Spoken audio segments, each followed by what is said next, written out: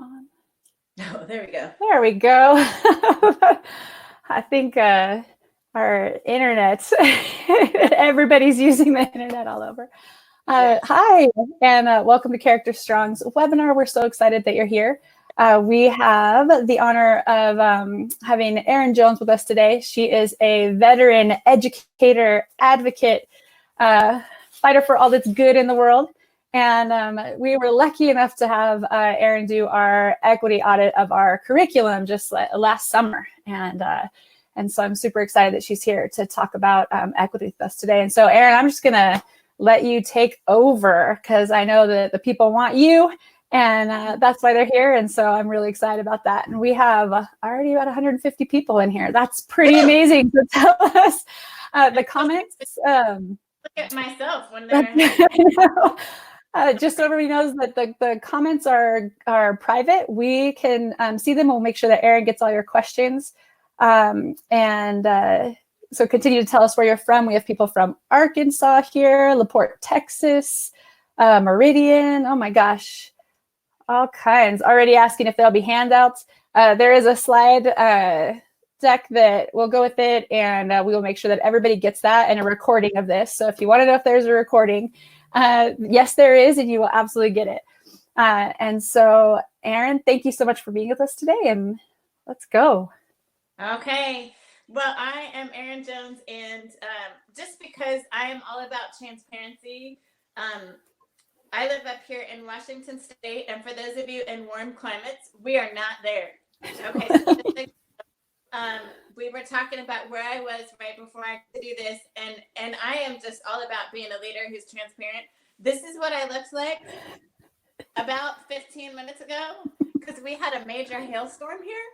And I had already taught a class this morning, and I just said, I'm going to go get my walking in. So I went for a walk and got caught in the hailstorm, and the afro is like Velcro to hail. So I literally trapped about a pound of hail in my hair. And so that's what I was doing before I came to you. So if my hair just gets bigger over time, that's because that's what my hair does when it dries out. So, it may fill up the whole screen by the time it gets to the end. We'll see. But there you go. Transparency from the leader. I am Erin Jones, and I am a former classroom teacher. I taught middle school. I taught upper elementary, then middle school, then high school. And then I worked for the state of Washington as assistant state superintendent for about 4 years. I was a district administrator for another 6 or 7 years after that. And then I ran for state superintendent. I'm the first Black woman in my state to run for any state office. I did that in 2016, and I lost by 1 point. One. And you can't see this, but I am 6 feet tall with I am a baller. Okay, so losing a race by 1 point, not so fun. And yet, I would say that loss has propelled me into possibly the best season of my life. And it's one of the messages that I get to share with students. I do about 40% of my work as student assemblies. 60% of my work is working with adults around issues around equity. But I tell students all the time, this is true for you adults too. Losing is only lost when you don't learn from it. And I really believe that running for statewide office and making a commitment to get to every region of my state and to meet people. One of my philosophies of leadership is you can't lead what you don't know. And you can't know a place that you've never visited. You can't lead or serve people well if you don't know who they are. And that's really what I want to start out this conversation with. Equity is really about understanding stories that maybe are not yours, but also understanding your own story. And you can only understand stories if you go to new places and understand your story in the context of a new place. And so you'll hear me throughout this hour together sharing pieces of my story. What you see on camera is not at all my story. So if you're interested in hearing the whole story, well, not the whole story, because there's nowhere that I've told the whole story, but I actually have a TED Talk called for Change, and it's a piece of my story from orphanage to Europe to America for college. It's an interesting journey. And so I don't come into this work in a linear way. I don't, people look at me and they say, of course you're the equity lady, you're the tall lady with the big afro.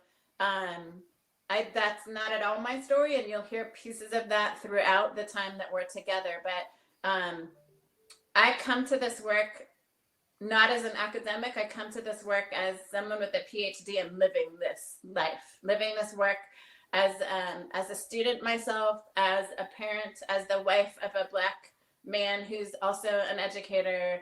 And so I come into this equity work having taught in all white neighborhoods, in all Black neighborhoods, in neighborhoods where there were 50 languages spoken or sometimes 100 languages spoken. I come into this work having taught English, French immersion, Spanish, ELL, math, history, PE, music. I've literally taught almost every subject from 4th grade to 12th grade. And so I'm going to come to you really from this perspective of having lived it out, but also having 3 children, one who is dysgraphic and ADD, one who is on the spectrum. We used to call it Asperger. He's a high functioning autistic who qualified for gifted programming his whole life. And then as a mom who adopted a girl out of a gang family. So we have literally lived almost every piece of the system possible. And so I don't come to this with any kind of academic credentials around the work. I come to it having been a really successful educator in the work and wrestled, and I continue to wrestle as an educator to become better. I don't come to you as the expert. I come to you with expertise, but I'm also learning with you. And so I just want to kick off today by sharing those things with you. And I hope that we will all be learners together today. So I'm going to share some slides with you. I'm starting with this image. I know you've probably all seen the image of the baseball game.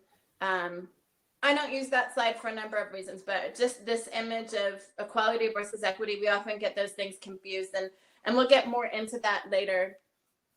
But I do want to share something to start us off with that I call community agreements. Now, obviously, we are not face-to-face here. I'm talking to a screen. But I wanted to share this with you because I do a lot of face-to-face training. I actually prefer not to be online. I think talking about equity is really hard anyway. And when you're online, it's easy to disconnect. And it's hard to have the really hard conversations. But I want to share as an offering to you that I always start every conversation with something I call community agreements. And what I do not use the word norms, because norms suggest that there is a normal way of being. And often that normal way of being is very middle class, white norms that if you are not middle class and not white, they're not normal to you. And so this notion of community agreements, if I were in a workshop with you right now, what I would do is I would throw out some options, and then we would wrestle with those options as community and come back and create our own list of community agreements. And it is not about safety. I actually don't want to create safe spaces because safe spaces often tend to only be safe for certain people. I absolutely always talk about brave spaces. Conversations about equity, and I'm pretty explicit with my work that I talk about racial equity. Talking about race is a really, really hard thing in this country. And I say that as someone who started in this country, lived in another country for most of my childhood, and then moved back to this country. We do not like talking about race. And the reality is a lot of people say, well, you're the Black lady doing racial equity work. It's probably easier for you to talk about race. No, it is uncomfortable every single time. And so I'm going to ask all of us to be uncomfortable. And I believe that this conversation requires bravery and courage from all of us. And so I'm going to ask that you stay engaged. I'm going to ask to the best of your ability that you not have this on in the background as you're doing something else, because otherwise it's just a checking the box. I want you to just really stay focused as much as possible. We are not going to fix anything in an hour. Just not possible.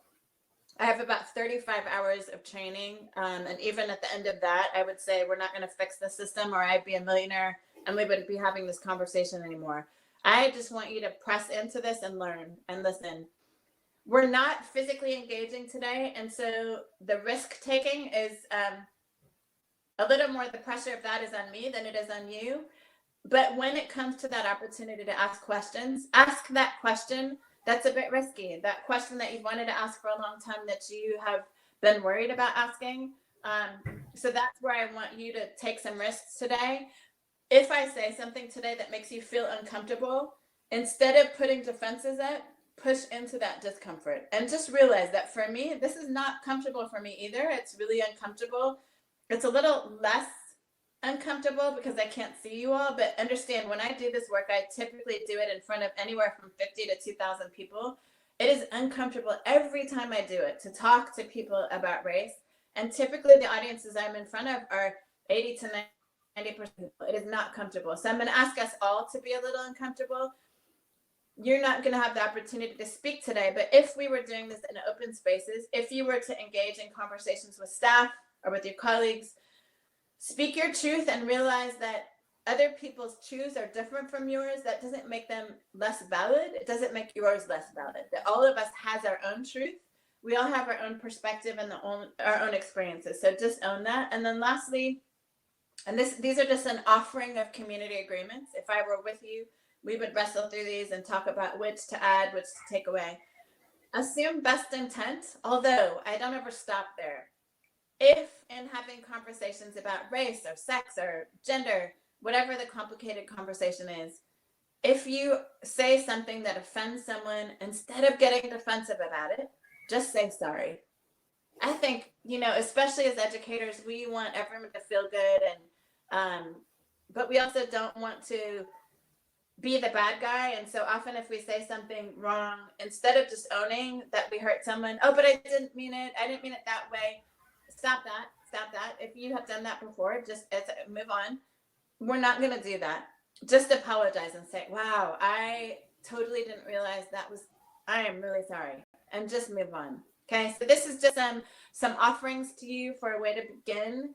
And again, I don't talk about norms because it suggests that there's a normal way to be. And I want to suggest there's not a way. There are many ways. Next slide.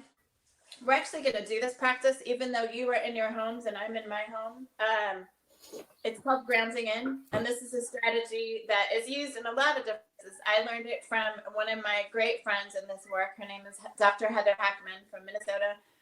But we do this at the beginning of every training, and it's just a way to get ourselves centered and focused. And even though I can't see you, then it may be weird to do this on a webinar. This is a practice that I believe is absolutely important when we're getting ready to do hard work. And I actually teach this strategy to students as well, as young as 3 and 4-year-olds. And it's really a practice of getting yourself quiet, of getting your body centered, of kind of shutting out the noise of the day, the social media, the text messaging, all that stuff. And so here's what I want us to do. I typically, if I were with you in a room, would do this for a minute. We're going to do this for 30 seconds. And I just want you to imagine that your feet are touching the physical ground, like the dirt outside your house. So I want you to get your feet as flat on the floor as you can. Sit up as straight as you can, or stand. If you're standing, stand as straight as you physically are able to do. If you feel comfortable closing your eyes, close your eyes, or find a spot on the wall and just fix your gaze on the wall. And we're just going to quiet ourselves. So if you have background noise, I want you to try to tune it out. If you're suddenly thinking about all the stuff you need to do today, don't beat yourself up for that. Just kind of shoo it out of your mind. And we're just going to get ourselves quieted for about 30 seconds. So we're going to take a deep breath in. I will tell you in about 30 seconds to take another deep breath in. Please breathe in between that. But we're going to do one deep breath in and then breathe. And as for that 30 seconds, I just want you to feel your body. Notice the breath as it comes into your body and out of your body. Kind of notice how you're feeling in your body. And let's just be silent for 30 seconds. So take a deep breath in.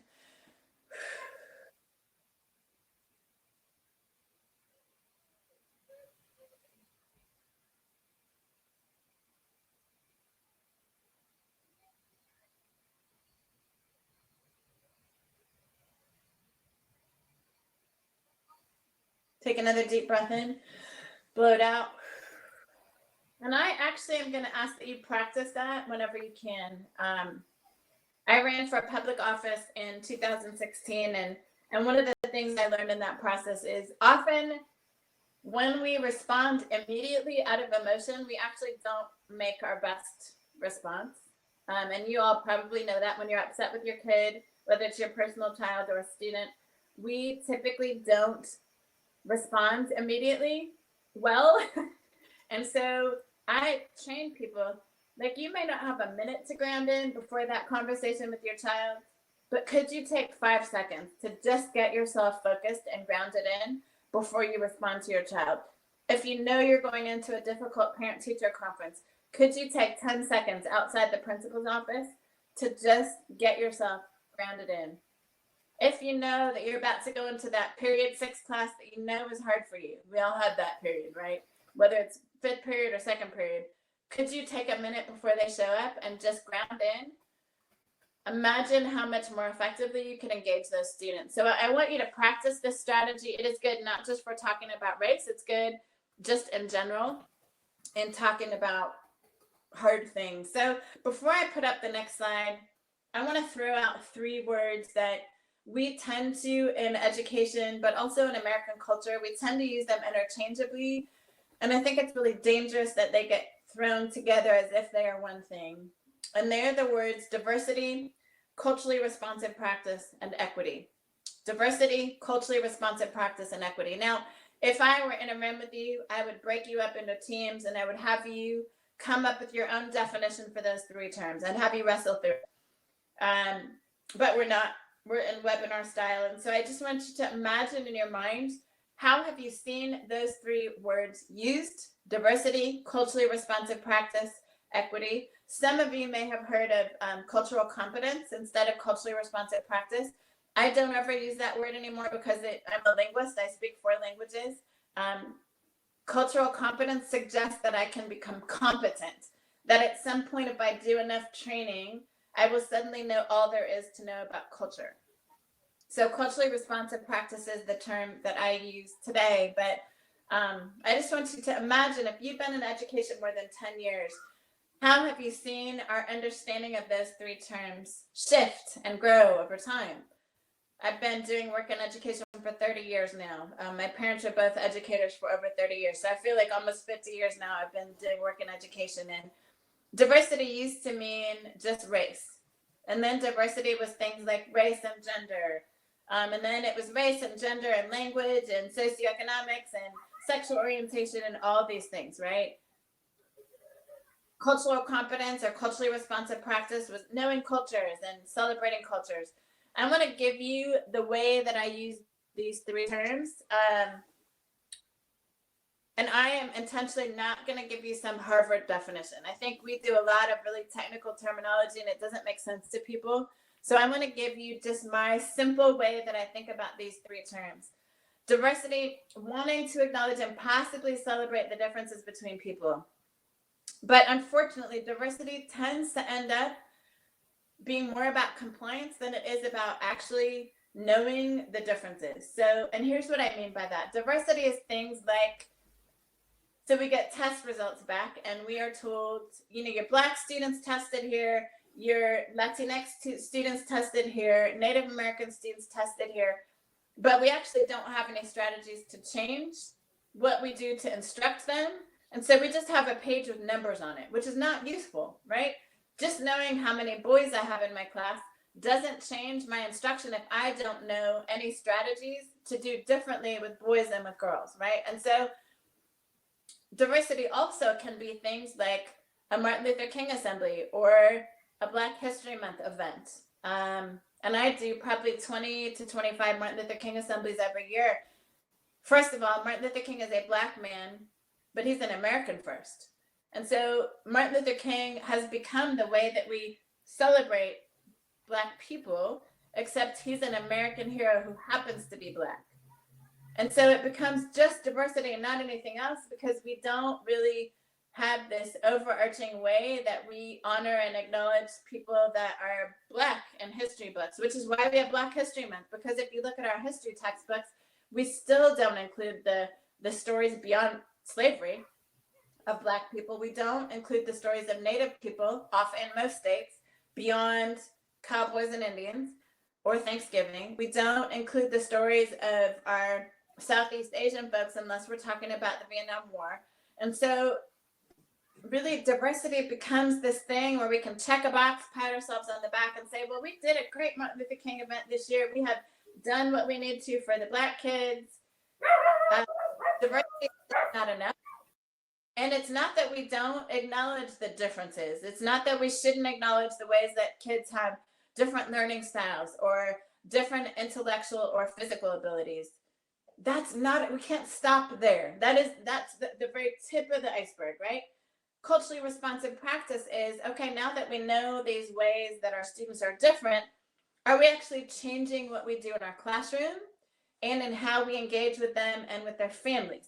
So number one, do we know what the differences are in our building? Number two, culturally responsive practice. Have we changed how we do our work in our building to make sure that we have thought about the different ways that people communicate and the different ways that people engage? But here's where we often stop and where that in itself is not enough. That is not enough because it still doesn't change systems. Equity is about changing systems. What are the systems that are at play in public education that are causing certain students to not have access to the same opportunities? What are the systems that are getting in the way of everyone thriving? What are the supports that are absent from the system that can cause students to be left out or not served in the best ways? And so, you know, it's interesting as we're in this season in our country and the world with COVID-19, and I think about diversity, culturally responsive practice, and equity. I think what is happening now is that it's really exposing the cracks in equity. It's really exposing the systemic pieces that have caused many groups of students to be left in the margins, to be left out of quality education. And in lots of ways, I think that's a good thing, because I think those fissures have been obvious to some of us who've been looking, but I think now they're really obvious. And I'll just give you some examples. So when we think about going to online learning, diversity says we realize we have students with different language backgrounds, students who speak a language other than English at home. We have students who have different access to technology. We have some students who have internet, others who don't have internet. Some who have computers at home, others who don't. So the diversity says we recognize those things. The culturally responsive practice says, okay, so then how are we going to communicate with families who are at home now? Are we going to communicate in only English as we decide how to move forward during COVID-19? Are we going to communicate in Spanish and in Tagalog and in Russian and Ukrainian? Do we even know what the languages are in our community to communicate differently? But equity says, wow, if we go to an online learning model, which we're doing right here, who's going to be left out? Systemically, so even beyond this COVID-19 moment, who is being left out when we go to one-to-one technology? You know, I have my oldest son is severely dysgraphic and ADD and OCD. So for those of you that don't know dysgraphia, it is a written disability. It's so his brain and his hand don't talk to each other. His brain goes in loops and it's faster than his hand can move. So his hand can only move so fast and his brain is doing this. So he doesn't think linearly and then he can't physically write it down.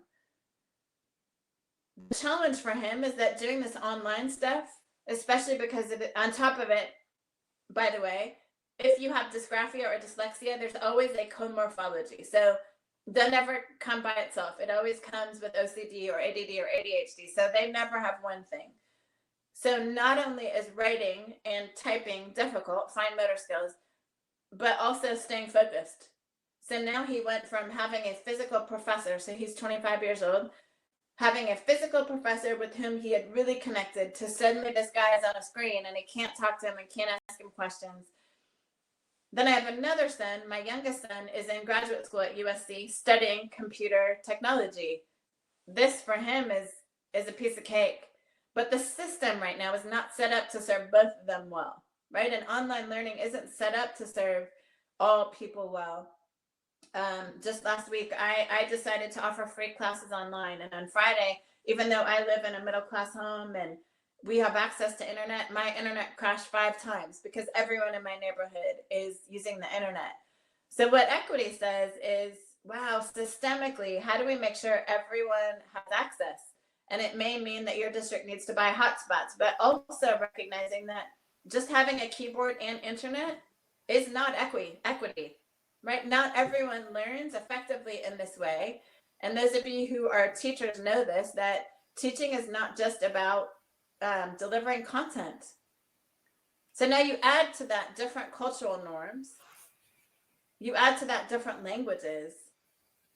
And I think we have an incredible opportunity right now to reimagine what schools look like in this season. I think we have an incredible opportunity to seize this moment and figure out what are the lessons that we're learning from wrestling with this. And I'm not saying this is a time to be celebrated, because I physically can't go see my parents. They're both 76. They both have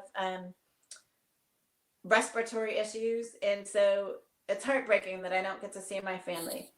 And I'm always a person that, how do we leverage every opportunity to learn?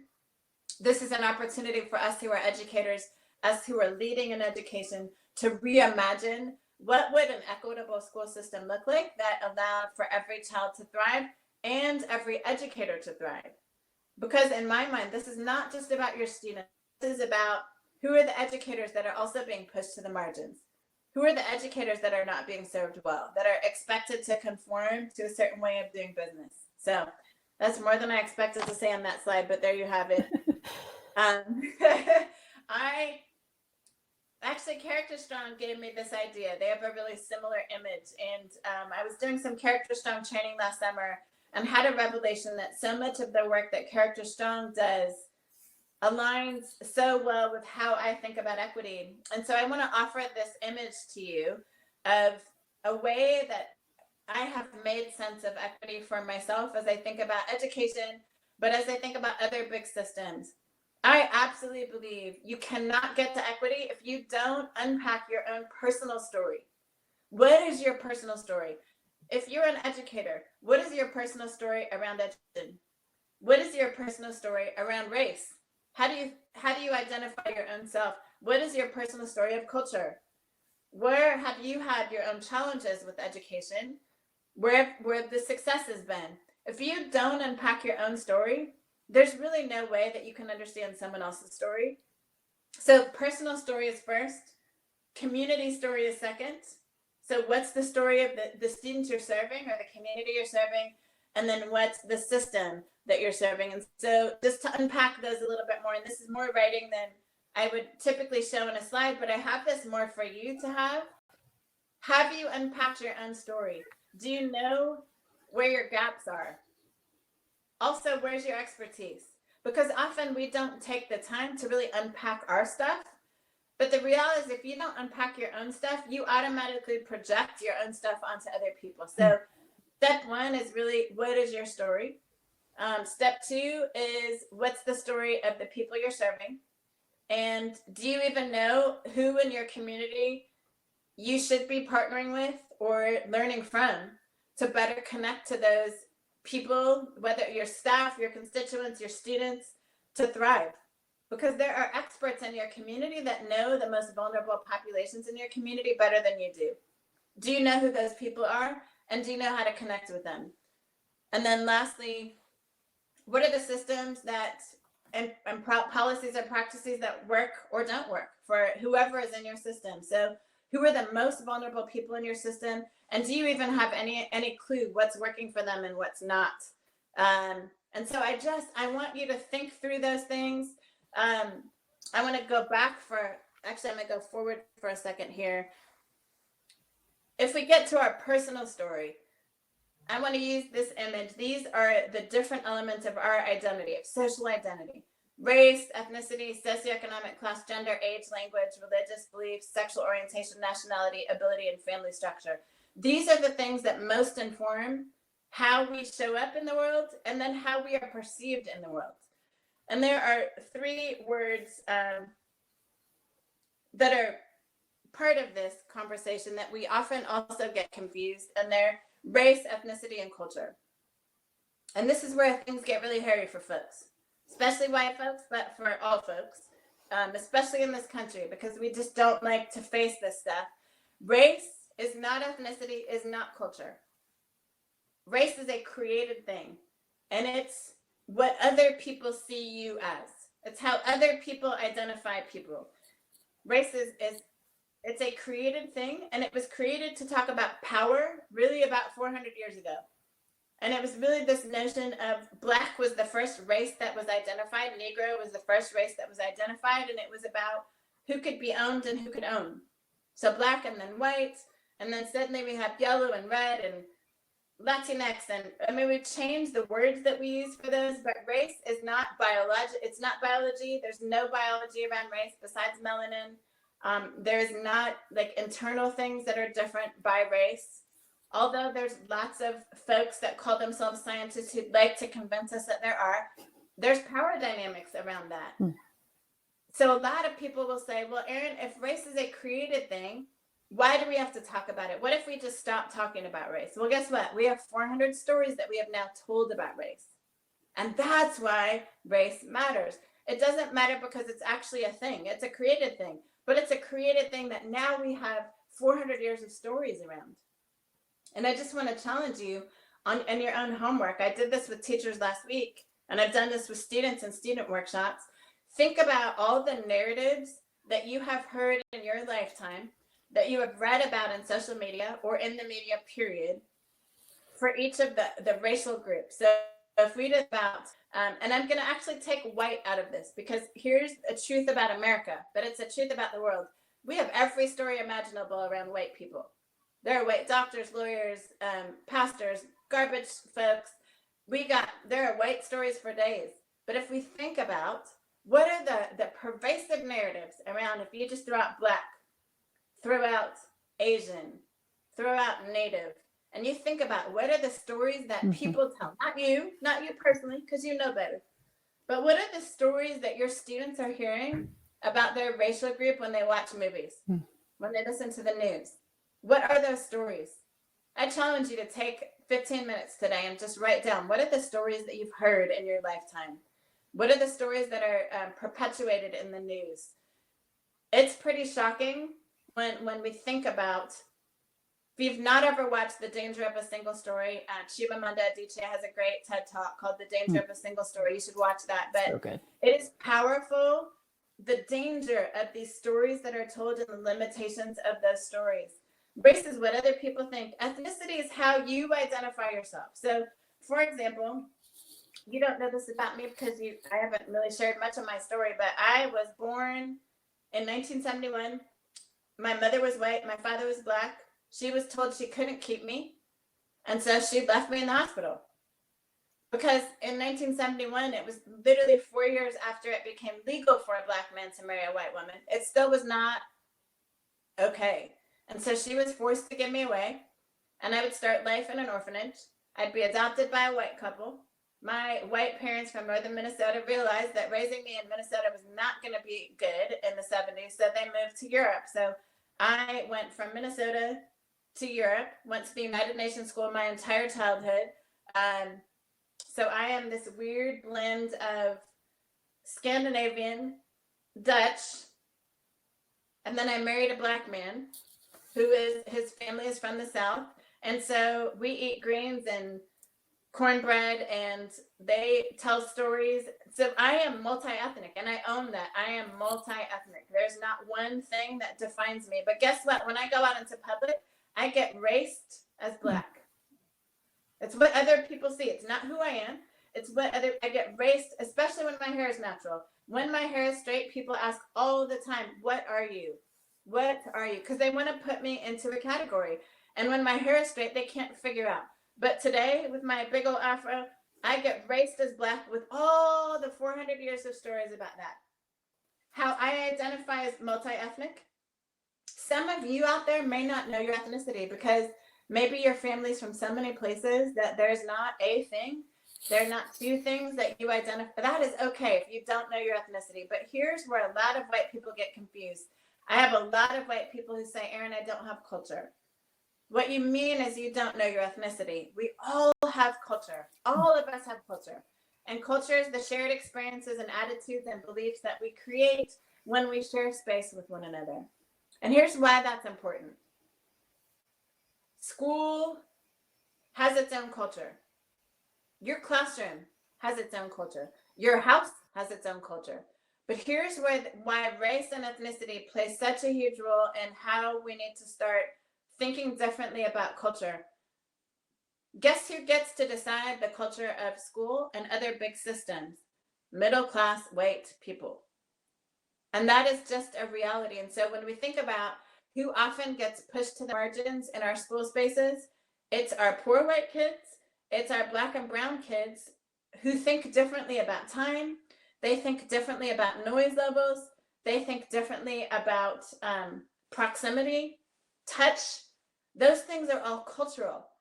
So here's what I've learned over 30 years in public education in the United States is most educators grew up in spaces where their home culture and their school culture were almost the same. And so they moved between those cultures seamlessly and don't ever really have to think about what their culture is because it works for them everywhere they go. It works for them when they go to the store. It works for them when they apply to college, when they write a resume. But for many of our students who don't come from that space, whose homes are very different from school, are very different from business, who have lots of people in them and everyone's yelling. And just a funny story, you know, my parents are Scandinavian, both of them. My dad is Norwegian, my mom's Finnish. Then there's me. But my parents are super quiet people. I mean, everything we were raised, only speak when you're spoken to, you know, raise your hand in class. I mean, that's how I was raised, like the ultimate Scandinavian girl. And then I met my husband, who is an urban Black guy who grew up single parent home, 3 kids in the house. They're very loud. They yell to each other. And when they have conversations, his brother is a TV personality. And those of you in Western Washington will know my husband's brother. His name is Jesse Jones. He's on Cairo News. But they will talk over each other all the time. Well, in my house, talking over someone is really rude. And that's culturally for us, that was really rude. And then I got married to my husband and realized that's just the way they do business. And it's not about being rude. It's just a different way of being. I want you to think about how many of the dynamics in our classrooms are really about, again, going back to the very first conversation today on norms versus community agreements. Mm-hmm. They are norms. We have normalized certain ways of being. And if students don't come and just align with those norms, guess what we do? We discipline them. We push them out. Instead of, how could we better understand the cultural norms of the students that are coming into our space that are different and create community agreements around what our expectations are? So I just want to throw that out to you as an offering that when I first became a teacher, I taught in North Philadelphia. So here's this Black, being raised as a Black woman, but culturally super Scandinavian, Western European, trying to get my students to conform to these cultural norms that I didn't realize at the time what I was doing to my students. And fortunately, I had a teacher early in my career, a Black woman, who said to me, you know what, Erin, my students are not bad. They're just different from what you expect. And I need you to realize that these students have a lot to offer too. They're just going to show up different. And so that's really what I want to offer to you all is equity. The reason we need to get to the systems and not just how we're behaving in individual classrooms is so many of the systems in our country are set up so that you must conform to this narrow way of being. Mm-hmm. And if we're really going to help everyone thrive, we've got to expand what that narrow way of being looks like. And here's the thing that I've learned now over 30 years of being in this country and having taught in so many different spaces. The better I got at just letting the students help me create a culture in our classroom, the more my students thrived. And I will tell you, my last few years of teaching, I taught middle school and then I taught 2 years of high school, my very last 2 years. I'm still in relationship with those students today because we crafted something that was really different than anything they had seen before. And I learned, I wish I could go back and do the first 10 years over with what I know today, because I was so worried about getting them to conform in my first 10 years of teaching, well, probably for 7 or 8 years, that I think I pushed a lot of students away and I didn't allow them to be their full selves. The reality is that when we allow all of our students to be their fullest selves, their best selves, there's something really amazing that happens in our classroom. And we're missing that opportunity today because so much of public education has become about conforming, whether it's standardized tests or it's rules and expectations on a wall. I did a Zoom class this morning. I just started teaching via Zoom because I've never done online training. I like the face-to-face stuff. I'm good at face-to-face reading body language, which is why this is really hard. I can't see y'all. But I just started teaching Zoom classes last Monday, and I teach 3 a day. I just offered it on my own for free. It's my offering to the world in this season of time. But I took a class this morning at 8:30 on how to do effective Zoom lessons. And I'm listening to this expert in Zoom teach about how to do effective Zoom classes. And she kept saying over and over and over, when students misbehave or write on the page when they're not supposed to, I go back to respect me. Respect, this is about respect. And I had this visceral reaction because here's what happens in school so often. And those of you that do Character Strong, you know this. Respect is not the same in every culture. Mm-mm. By the way, one of the first rules of Zoom is look in the eyes of the camera. Like, make sure you're making eye contact. Do you know that in many Asian cultures, looking an adult in the eyes is absolutely disrespectful? True story. I remember my father-in-law is 80 now. He just turned 80 last month. And I'll never forget, he was telling a story to my husband. He grew up in the Deep South. So he's a dark-skinned black man, grew up in the Deep South. And he told a story once of how dangerous it was for him as a kid to look a white woman in the eyes. Mm. Because imagine if he's 80 today, right? Go back to the 50s, right? What could happen to him if he looked a white woman in the eyes in the 50s? He could be hanging from a tree, right? From South Texas, he could be hanging from a tree. And I remember hearing him tell this story, and this clicked in my head, and I thought, how many black boys have been told by their dad, don't look a white woman in the eyes? And yet, what are white teachers doing every day? Look me in the eyes when I'm talking to you, right? So now that kid is having conflict now because my daddy told me not to look you in the eyes, but now you're telling me, and when I don't look you in the eyes, now I'm in the office because I'm in trouble for doing this thing that my daddy told me not to, right? And we've now set all these kids up for failure. Right? And so I want to challenge us to really think about when we set expectations in our classroom, which kids are we now setting up for failure? I'm going to leave it there and open for some questions because then I could talk. And we got some questions that have come in. So many. So let's see. I teach diversity with small groups by starting with we're all different, focus on our strengths and celebrate our differences. Anything else I can do? It's really important. So I actually have, and I can send this off to folks, but I do this thing called the circle. And it's, I have about 20 statements and I have kids raise their hands. And I've been doing this for 12 years with the same statements. About 85 to 90% of the answers are the same no matter where I go. It doesn't matter if I translate it into Spanish and do it in Spanish in a really poor, like I did this in a farm workers community with farm workers that were moving all across the Yakima Valley in our state. And they had the same answers that Seattle had. And so I always start every training with that activity. And what it allows people to see is we have so much more in common. So I always start with what we have in common first. That becomes the bridge then to talk about the difference, right? I absolutely think, and I have tons of friends who do this work and they do it differently. They get people separated by race first. I actually don't think that's effective. I think it sets people up to be in their camps first. And we are naturally territorial and naturally cliquish. We are as human beings. And so I find that starting out from the very beginning, talking about similarity is the way that you build the bridge to the difference. But I also think there's a danger in, and I know this is not part of the question, but I'm going to assume someone out there has this question. Being colorblind is also really dangerous. So I just want to share that with you. I know that a lot of people use that word and have really good intention with it. When someone tells me they're colorblind, what it tells me is you don't see me. What it tells me is you've whitewashed me.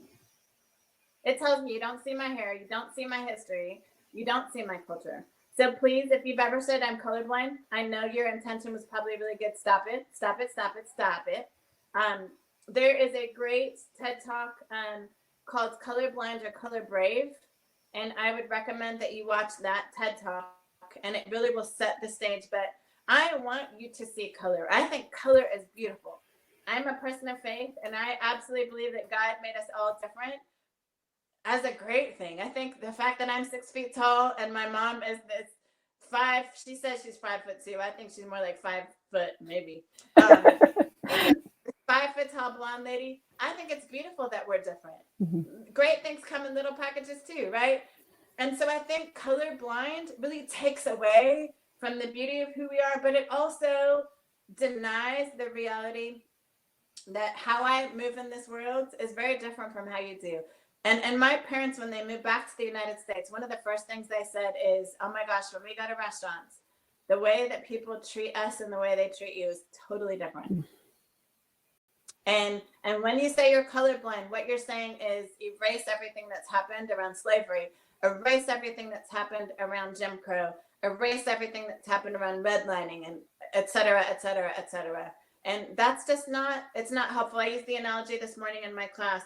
It's when you're an alcoholic, the only way to get healed is to say, I'm an alcoholic. I have a problem. I'm saying colorblind is saying we don't have a problem. Erin, just get over it. Slavery was so long ago. My husband's great-grandfather was a slave. It is not so long ago.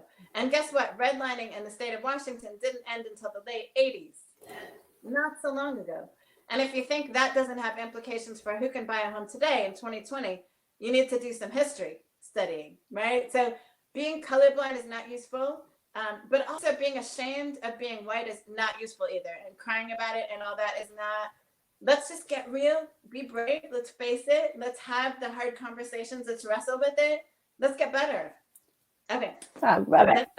I think this question speaks to that. Like, how do you help faculty unpack their own stories? We know that our own story is genuinely so important to understand the way that we are just interacting with the world regularly. And so how do we help them to unpack those? Because it's hard for people to lean into that discomfort and really like face some truths. It is. There's this really great book I've been using with students this last week. It's called This Book is Anti-Racist. And it's really powerful because it helps people understand identity. Really, it's all about identity. Anti-racism work is really understanding your story and the narrative of American history. And if you can approach it from that perspective, it doesn't need to be the scary thing. It's, wow, my own story. Like, where did my people come from? Where did I benefit from the GI Bill or not benefit from the GI Bill? Was my community diverse? There's this really great, I'll have to send you a list of things too, but yeah, and then we'll send it out. Yeah, because I haven't been. In the email, the post email, you'll get all the resources. People keep asking, are we going to get this? Yes. Yeah. The TED Talks, the books, the slides, all of it. There's lots, but there's this really great TEDx that I came upon last week that I just showed in my class on Friday. And by the way, I do a class every day from 10 to 11 Pacific Standard Time on Zoom, that if you want to join us, anyone is welcome to join. I can also send the information for that. But we just watched this TED Talk, and she said, you know, I thought I grew up in this really welcoming community that wasn't segregated. And then she said, but when I think about it, we had 10 students of color in my high school. And she said, I thought that was fine until I got to college and realized, wow, I wonder why there are only 10.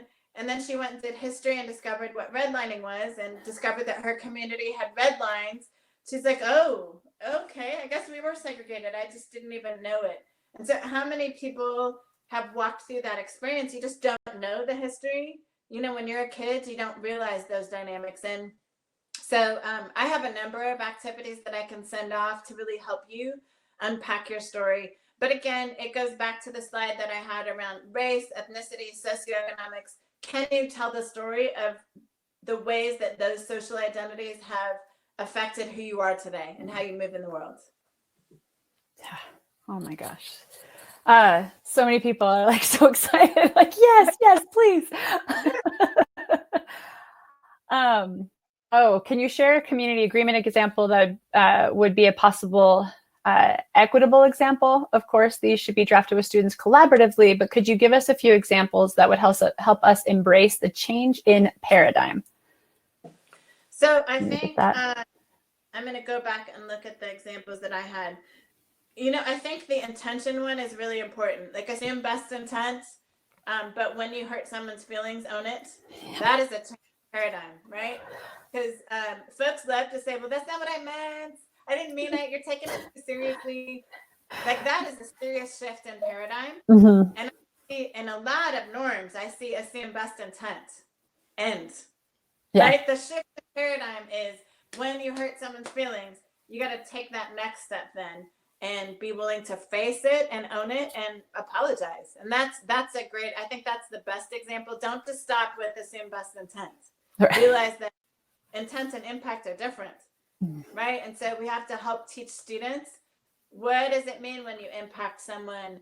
I had a white man, actually school board member, just the other day, called about a situation in his school district where the one Black child in their entire school was called a name. And he was talking to the parent online, and he said, I realized as a white man, there's not a word that could hurt me in the way that this particular word hurt the Black child. And I said, yeah, as a white man, I mean, I can call you a number of different things, but there's not a word, right? For white women, I would say the B word is, if I was called a B, I've been called a B before. It doesn't feel good, right? But understanding that words hit people differently based on their social identities and based on what are the stories that have been told about your people for a long time. Yeah, the histories of that language, and being just aware of that and conscious of that. But you speak the whole idea of owning if I hurt you, it doesn't matter my intent, like that, because it hurt you. And so then my intent at that point should be, wow, I'm sorry I hurt you because that wasn't my intent. And so I'm sorry that it happened that way. And that's always one. It's like, oh, and usually when we get, defensive, it's because it makes us uncomfortable. And it's like, how do we get comfortable with being uncomfortable? And if we could do that a little bit more, we'd be able to have the harder conversations or own some things that aren't great about our histories or just ourselves or our choices. And I guess add to the last person's question too, in terms of community agreements, asking kids to commit to being brave every day, I think is a really powerful, right? Because there's so many ways, having taught everything from 4th grade to 12th grade, how often do we really want kids to be brave? But here's the thing that I'll tell you, teacher, you also then need to be brave, right? So you also need to be willing to take risks and try things. And, one of the most beautiful things of running for office in a really public way and sharing it on Facebook is the hundreds of students that I've had over the years that got to watch me fall down and get back up and fall down and get back up. And I tried out for 2 WNBA teams at 28 years old and didn't get chosen. My students got to watch that. They got to watch how hard I tried. But if I'm going to tell my students to do hard things, I have to be willing to do hard things, right? So often as educators, we want to ask students to do things that we're not really willing to do ourselves. And then we're surprised when they're not. Like, why are they not doing it? Why are they not showing these ways? It's like, well, have you looked first? Like, how are you showing up? What are you showing them? Are you being vulnerable? Are you doing those things? Like, why would I ever do that for somebody else who's not doing it for me? Absolutely. How do you get kids to share what they think instead of what they think you want them to say when it comes to the shared agreements? So, I think, again, I model it. So I am super vulnerable with my students. And even as a public speaker, I always start out with, and I didn't share this story here, but my grandmother literally called me the N-word until I was 30 years old. And I start with that story with students and I go super vulnerable right away. So students know, man, if Miss Jones is willing to go there, then I can. I can be vulnerable. And I'm really open with students that there's not a right way. And that I'm going to tell them right away that we're all going to do this together. We are learning together. And so we're all going to fall down at some point and we're all going to mess up at some point. And I want this, again, to be a brave space. And so really talking about courage and bravery, and as a teacher, setting up that norm from day one of being really vulnerable, I think is critical to allowing students to feel like I can be vulnerable too. I don't have to tell you what you want to hear. I need to be me, period. Yeah. And then we have to make sure that when they are, that we are being receptive to that. And it's like, okay, if you're going to ask them to, then you can't shut it down when it comes out or tell them that, oh, no, I didn't mean that vulnerable. I didn't mean that. And so it's a constant checking ourselves, really, when you're an educator or when you're in community with people. Like, it really is like, okay, how am I showing up into this space, and how is that allowing other people to show up in this space too? Absolutely. So we have a comment. It says, if my good intentions lead to pain, does this mean I have more to unpack? Absolutely. What a great, talk about vulnerable.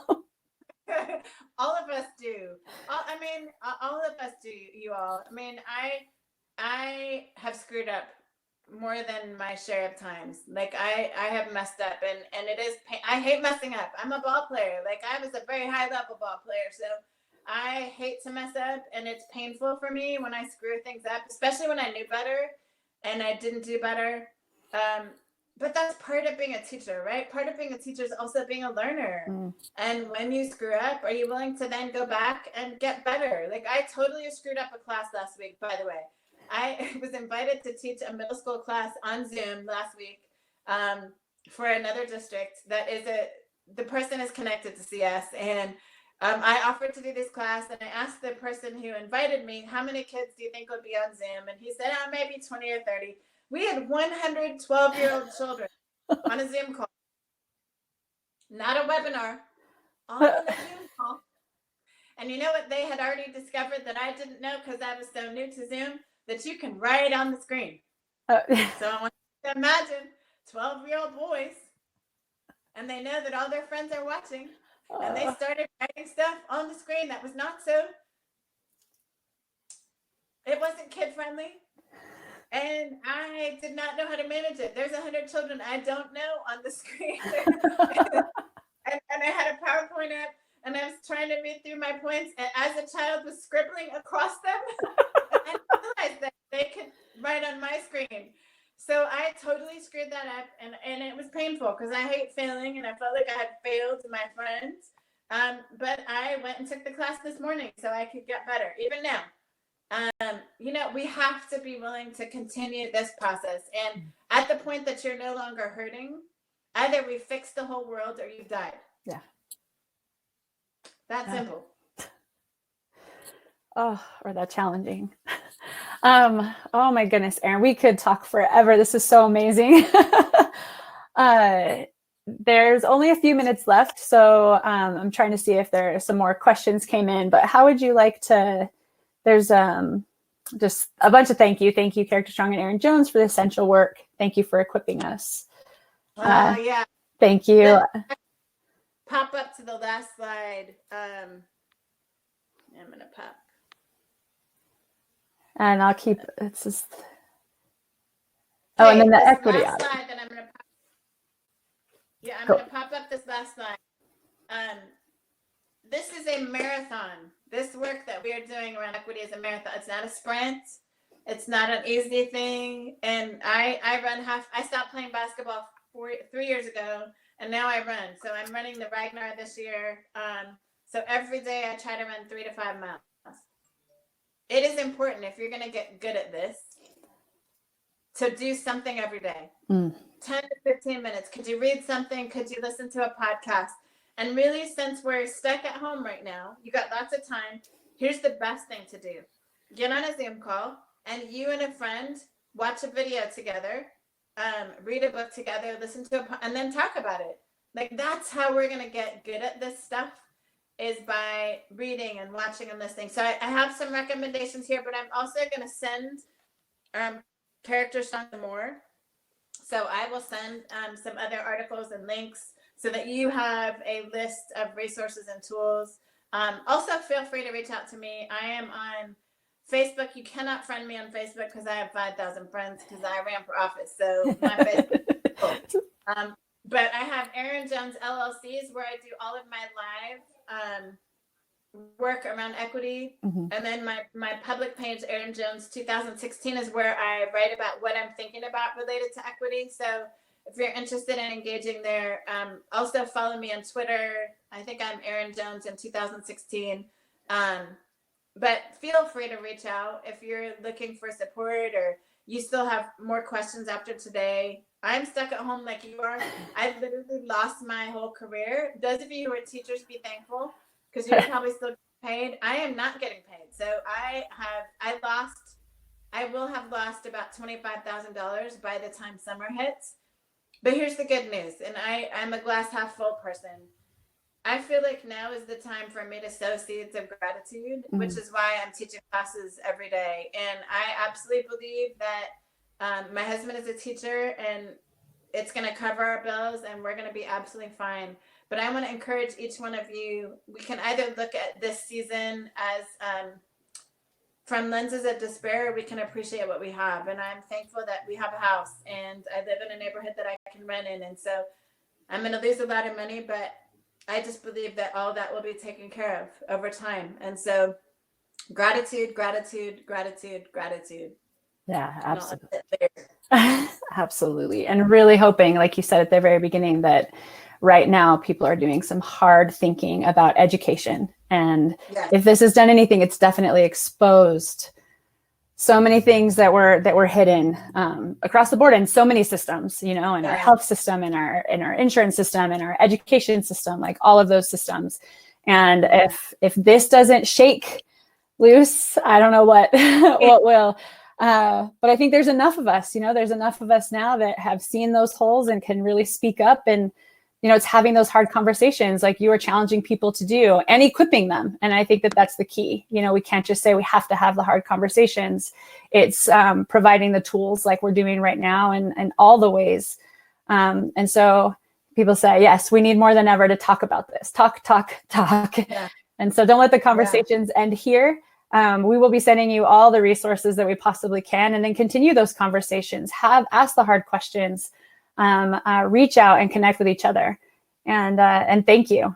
Thank you out there for being here. And Erin, thank you so much for your time, for your heart, for the hard work that you're doing and for sharing that all with us. Thank you so much. Thank you all for coming today. Everybody have a great day. Bye.